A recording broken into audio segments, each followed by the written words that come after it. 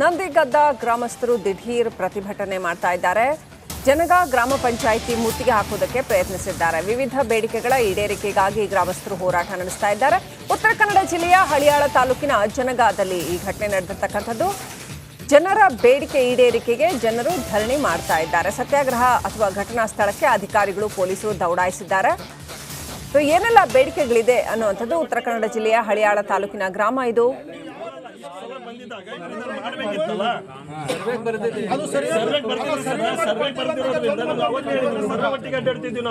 Survey ಮಾಡಿಸ್ಬಾರ್ದು sir ಅಂತೇಳಿ ನೀವು ಒಟ್ಟಿಗೆ ಬರ್ತಿದ್ವಿ.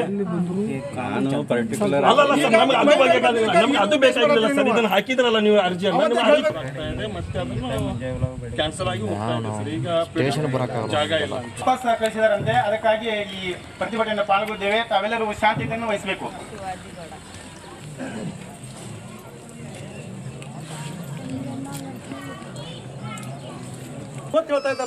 ಇವತ್ತು ಈ ಲೆಟರ್ ಎಷ್ಟು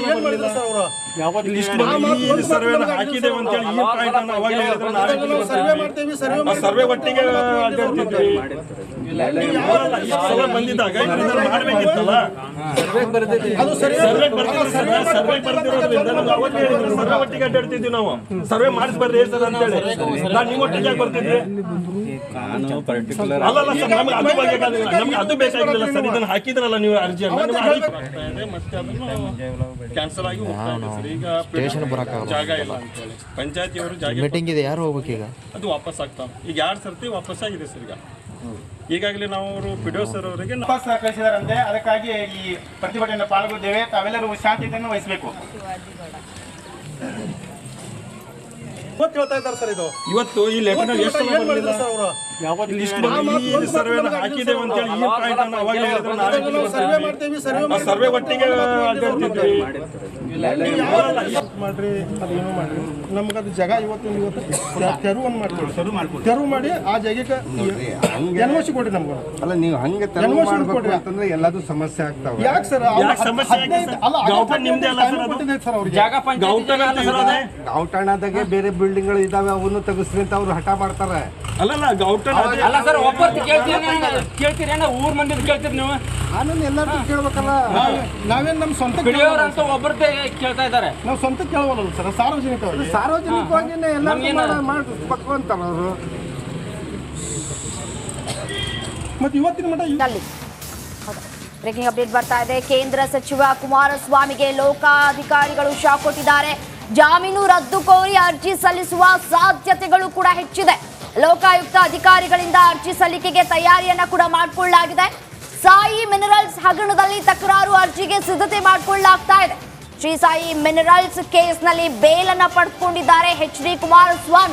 ಕುಮಾರಸ್ವಾಮಿ ಜಾಮೀನು ರದ್ದಾದ್ರೆ ಸಂಕಷ್ಟ ಬಹುತೇಕ ಫಿಕ್ಸ್ ಅಂತ ಹೇಳಲಾಗ್ತಾ ಇದೆ. ಕೇಂದ್ರ ಸಚಿವ ಕುಮಾರಸ್ವಾಮಿಗೆ ಒಂದ್ ಕಡೆ ಶಾಕ್ ಮೇಲೆ ಶಾಕ್ ಕಾದಿರುವಂತದ್ದು. ಜಾಮೀನು ರದ್ದು ಕೋರಿ ಅರ್ಜಿ ಸಲ್ಲಿಸುವ ಸಾಧ್ಯತೆಗಳು ಕೂಡ ಹೆಚ್ಚಾಗಿರುವಂತದ್ದು. ಸಾಯಿ ಮಿನರಲ್ಸ್ ಹಗರಣದಲ್ಲಿ ತಕರಾರು ಅರ್ಜಿಗೆ ಸಿದ್ಧತೆಯನ್ನ ಮಾಡಿಕೊಳ್ಳಲಾಗ್ತಾ ಇದೆ.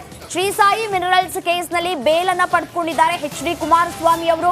ಕುಮಾರಸ್ವಾಮಿ ಜಾಮೀನು ಏನಾದ್ರೂ ರದ್ದಾದ್ರೆ ಬಹುತೇಕ ಸಂಕಷ್ಟ ಫಿಕ್ಸ್ ಅಂತ ಕೂಡ ಹೇಳಲಾಗ್ತಾ ಇರುವಂತದ್ದು. ಕಾಂಗ್ರೆಸ್ ಒಂದ್ ಕಡೆ ಆರೋಪವನ್ನ ಮಾಡ್ಕೊಂಡು ಬರ್ತಾ ಇತ್ತು. ಯಾವಾಗ ಆರೋಪ ಪ್ರತ್ಯಾರೋಪಗಳು ಹೆಚ್ಚಾದ್ವೋ ಈ ಒಂದು ವಿಚಾರಕ್ಕೆ ಸಂಬಂಧಪಟ್ಟಂತೆ ಅಂದ್ರೆ ಲೋಕಾಧಿಕಾರಿಗಳು ಈಗ ಒಂದ್ ಕಡೆ ಶಾಕ್ ಅನ್ನ ಕೊಟ್ಟಿರುವಂತದ್ದು.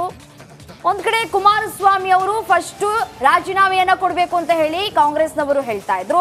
ಸಿದ್ದರಾಮಯ್ಯ ಫಸ್ಟ್ ರಾಜೀನಾಮೆಯನ್ನ ಕೊಟ್ಟು ಮುಡಾ ಹಗರಣ ಕೇಸ್ ಏನಿದೆ ಆ ಒಂದು ತನಿಖೆಯನ್ನ ಎದುರಿಸಲಿ ಅನ್ನುವಂತಹ ಮಾತುಗಳನ್ನ ಎಚ್.ಡಿ. ಕುಮಾರಸ್ವಾಮಿ ಕೂಡ ಹೇಳಿದ್ರು.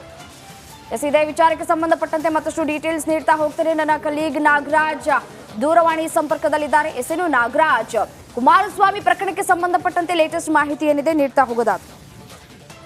ರಮ್ಯಾ, ಏನು ಶ್ರೀ ಸಾಯಿ ಮಿನರಲ್ಸ್ಗೆ ಒಂದು ಗಣಿಗಾರಿಕೆ ಮಾಡೋದಕ್ಕೆ ಸಂಬಂಧಿಸಿದಂತೆ ಒಂದು ಕುಮಾರಸ್ವಾಮಿ ಅವರು ಮುಖ್ಯಮಂತ್ರಿಗಳಾಗಿದ್ದಂತಹ ಸಂದರ್ಭದಲ್ಲಿ ಒಂದು ಅವಕಾಶವನ್ನ ಕೊಟ್ಟಿದ್ರು, ಅನುಮತಿಯನ್ನ ಕೊಟ್ಟಿದ್ರು.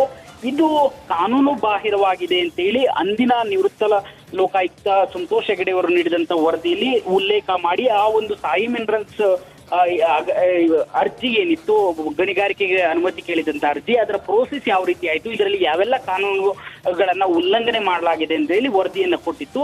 ಈ ವರದಿಯನ್ನ ಆಧರಿಸಿ ಲೋಕಾಯುಕ್ತ SITಯಲ್ಲಿ ಪ್ರಕರಣ ದಾಖಲಾಗಿತ್ತು. ಪ್ರಕರಣ ದಾಖಲಾಗಿ ಆಗ ಏನು ಲೋಕಾಯುಕ್ತ ADGP SIT ADGP ಆಗಿದ್ದಂತ ದಿವಂಗತ ಚರಣ್ ರೆಡ್ಡಿ ಇದರ ವಿಚಾರಣೆಯನ್ನ ಮಾಡಿದ್ರು. ಈ ವೇಳೆಯಲ್ಲಿ ಕೋರ್ಟ್ನಿಂದ ಕುಮಾರಸ್ವಾಮಿಯವರು ಜಾಮೀನನ್ನ ಪಡೆದುಕೊಂಡು, ಮಧ್ಯಂತರ ಜಾಮೀನನ್ನ ಪಡೆದುಕೊಂಡು ವಿಚಾರಣೆಗೆ ಹಾಜರಾಗಿರ್ತಾರೆ 2014ರಲ್ಲಿ. ಈ ವೇಳೆ ಅವರನ್ನ ಬಂಧಿಸಿ ನಂತರ ಬಿಡುಗಡೆ ಮಾಡಲಾಗುತ್ತೆ. ಅದೇ ದಿನ 5 ಲಕ್ಷದ ಬಾಂಡ್ ಅನ್ನ ಪಡೆದುಕೊಂಡು ಬಿಡುಗಡೆ ಮಾಡುವಂಥದ್ದು. ಆದ್ರೆ ಈಗ ಕರೆಂಟ್ ಸಿನಾರಿಯೋದಲ್ಲಿ ಏನು ADGP ಚಂದ್ರಶೇಖರ್ ಮತ್ತೆ ಕುಮಾರಸ್ವಾಮಿ ನಡುವೆ ಒಂದು ವಾಗ್ಯುದ್ಧಗಳು ನಡೀತಾ ಇದ್ದಾವೆ. ಇದರ ಭಾಗವಾಗಿ ಈಗಾಗಲೇ ಏನು ಕುಮಾರಸ್ವಾಮಿಯವರ ಜಾಮೀನನ್ನ ರದ್ದು ಕೋರಿ ಒಂದ್ ಕಡೆ ಅರ್ಜಿಯನ್ನ ಹಾಕೋದಕ್ಕೆ ಲೋಕಾಯುಕ್ತ SIT ಅಧಿಕಾರಿಗಳು ಚಿಂತನೆ ನಡೆಸಲಾಗ್ತಾ ಇದೆ ಅನ್ನೋ ಮಾಹಿತಿ ಸಿಗ್ತಾ ಇರ್ತಕ್ಕಂಥದ್ದು. ಹೀಗಾಗಿ ಒಂದ್ ಕಡೆ ರಾಜ್ಯಪಾಲರ ಮುಂದೆ ಅವರ ಮೇಲೆ ಚಾರ್ಜ್ ಶೀಟ್ ಸಲ್ಲಿಕೆ ಮಾಡೋದಕ್ಕೆ ಅನುಮತಿ ಕೇಳಿ ರಾಜ್ಯಪಾಲರಿಗೆ ಮನವಿಯನ್ನ ಮಾಡಲಾಗಿದೆ. ಜೊತೆಗೆ ಅವರ ಜಾಮೀನನ್ನು ಕೂಡ ರದ್ದು ಕೋರಿ ಹೈಕೋರ್ಟ್ಗೆ ಹೋಗೋದ್ರಿಂದ ಕುಮಾರಸ್ವಾಮಿಗೆ ಇನ್ನಷ್ಟು ಸಂಕಷ್ಟ ಹೆಚ್ಚಾಗೋ ಸಾಧ್ಯತೆ ಇರ್ತಕ್ಕಂಥದ್ದು. ರಮ್ಯಾ. ರೈಟ್. ಧನ್ಯವಾದ ತಮ್ಮ ಮಾಹಿತಿಗಾಗಿ ನಾಗರಾಜ್.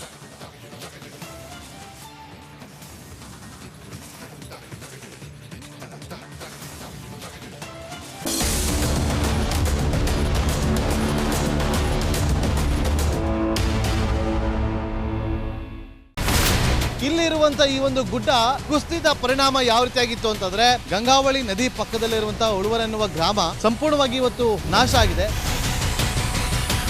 ಮನೆ ಮಠ ಏನಿಲ್ಲ, ಎಲ್ಲ ಹೋಗ್ಬಿಟ್ಟಿದೆ. ಇವತ್ತು ರಿಪಬ್ಲಿಕ್ ಕನ್ನಡ ಮಾಡಿದಂತಹ ಒಂದು ವರದಿಯಿಂದಾಗಿ ಎಚ್ಚೆತ್ತುಕೊಳ್ಳುವಂತ ಕೆಲಸ ಸರ್ಕಾರ ಮಾಡಿದೆ, ಸಚಿವರು ಕೂಡ ಮಾಡಿದ್ದಾರೆ. 2 ಗಂಟೆಗೆ ಸುದ್ದಿ ಮೂಡಿಸಿದ್ದು 6 ಗಂಟೆಗೆ ಎಲ್ಲ ಸಚಿವರು ಮಿನಿಸ್ಟರ್ ಎಲ್ಲ ಬಂದು ಇಲ್ಲಿ ನೋಡೋಗಿದ್ದಾರೆ. ಎಲ್ಲಾ ಜನರಿಗೂ 1,20,000 ಮತ್ತೆ ಅವರಿಗೆ ಮನೆಗೆ 5 ಲಕ್ಷ. ಈ ಸುದ್ದಿಯನ್ನ ಎಲ್ಲ ಒಂದು ಅಧಿಕಾರಿಗಳಿಗೆ ಮುಡಿಸಿದಕ್ಕಾಗಿ ರಿಪಬ್ಲಿಕ್ ಕನ್ನಡ ಟಿವಿಗೆ ಧನ್ಯವಾದ ಹೇಳಿ ಇಷ್ಟಪಡ್ತೇವೆ. ಮನೆನೂ ಕೊಡ್ತೇವೆ, ಮಕ್ಕಳ ಶಿಕ್ಷಣಕ್ಕೆ ತೊಂದರೆ ಆಗದೆ ಇದ್ದಂಗೆ ಹೆಲ್ಪ್ ಮಾಡ್ತೇವೆ. 1,20,000 ಮನೆ ಯಾರ್ದ್ರ ಡ್ಯಾಮೇಜ್ ಆಗಿದೆ ಅದನ್ನ ಕೊಡ್ತೀವಿ ಅಂತ ಒಪ್ಕೊಂಡಿದ್ದಾರೆ. ನಮ್ಮ ಕಷ್ಟಕ್ಕೆ ನೀವು ರಿಪಬ್ಲಿಕ್ ಕನ್ನಡದವರಾದಂತ ನೀವು ನೆರವಾಗಿರ್ತಾರೆ ನಾವು ನಂಬಿದ್ದೇವೆ. ಅವರಿಗೆ ಸೂರನ್ನ ಕಲ್ಪಿಸಿಕೊಡೋವರೆಗೂ ಕೂಡ ರಿಪಬ್ಲಿಕ್ ಕನ್ನಡ ಅವರಿಗೆ ಧ್ವನಿಯಾಗಿ ನಿಲ್ಲುವಂತ ಕೆಲಸವನ್ನ ಮಾಡುತ್ತೆ.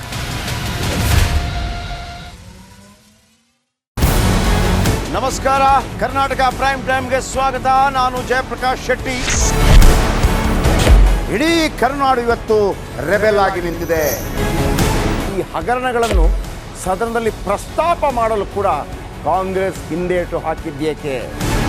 ನಿಮ್ಗೆ ಸಂಬಳ ಅದಕ್ಕೆ, ನಿಮಗೆ ವಾಹನ ಅದಕ್ಕೆ, ನಿಮಗೆ ವೆಪನ್ ಅದಕ್ಕೆ, ನೀವು ಅದನ್ನು ಸೆರೆ ಹಿಡಿಬೇಕಾಗಿತ್ತು.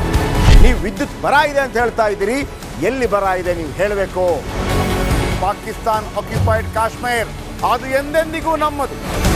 40 ಮೆಷಿನ್ಗಳು ತಂದಿತ್ತು ನೋಟ್ ಎಣಿಸುವುದಕ್ಕೆ, ಅದೇ ಹಾಳಾಯಿತು. ಮಥುರಾದ ಗಲಾಟೆ ಇದೆಯಲ್ಲ, ಅದು ಸ್ಥಳೀಯವಾಗಿ ಕೂತು ಪರಿಹರಿಸಬಹುದಾದಂಥ ಕಾನೂನಿದೆ. ಗ್ಯಾರಂಟಿ ಯೋಜನೆಯಿಂದ ನಷ್ಟ ಆಗಿದೆ, ಲಾಭ ಆಗಿದೆ, ದಯವಿಟ್ಟು ಹೇಳಿ. Dawood Ibrahim most wanted criminal ಯಾವಾಗಾದ ಅಂದರೆ ಇಲ್ಲಿ ತನಕ ಭಾರತ ದೇಶದಲ್ಲಿ ಓರ್ವ ದಲಿತ ಪ್ರಧಾನಿಯಾದಂಥ ಇತಿಹಾಸವೇ ಇಲ್ಲ. ರಿಪಬ್ಲಿಕ್ ವರ್ಲ್ಡ್ ಆಪ್ ಇದು ಕೇವಲ ಅಪ್ಲಿಕೇಶನ್ ಅಲ್ಲ, ಸಮಗ್ರ ಸುದ್ದಿಗಳ ಸಂಪರ್ಕ ಮಾರ್ಗಕ್ಕೆ ಕ್ರಾಂತಿಕಾರಿ ಬದಲಾವಣೆ. ರಿಪಬ್ಲಿಕ್ ವರ್ಲ್ಡ್ ಆಪ್ ಕೇವಲ ಸುದ್ದಿ ಅಪ್ಲಿಕೇಶನ್ ಅನ್ನ ಪರಿಚಯ ಮಾಡ್ತಾ ಇಲ್ಲ, ಬದಲಾಗಿ ಡಿಜಿಟಲ್ ಸುದ್ದಿ ಬಳಕೆಯ ಹೊಸ ಯುಗಕ್ಕೆ ನಾಂದಿ ಹಾಡ್ತಾ ಇದೆ. ಇದೊಂದು ಬ್ರೇಕಿಂಗ್ ನ್ಯೂಸ್, ಪ್ರಭಾವಶಾಲಿ ಕಾರ್ಯಕ್ರಮಗಳಿಗೆ ಗಟ್ಟಿಯಾದ ವೇದಿಕೆ. ರಿಪಬ್ಲಿಕ್ ವರ್ಲ್ಡ್ ಅಪ್ಲಿಕೇಶನ್ ಈಗ ಲೈವ್ ಆಗಿದೆ. ಗೂಗಲ್ ಪ್ಲೇ ಸ್ಟೋರ್ ಮತ್ತು ಆಪಲ್ ಆಪ್ ಸ್ಟೋರ್ ಎರಡರಲ್ಲೂ ಲಭ್ಯವಿದೆ. ಈಗಲೇ ಡೌನ್ಲೋಡ್ ಮಾಡಿ.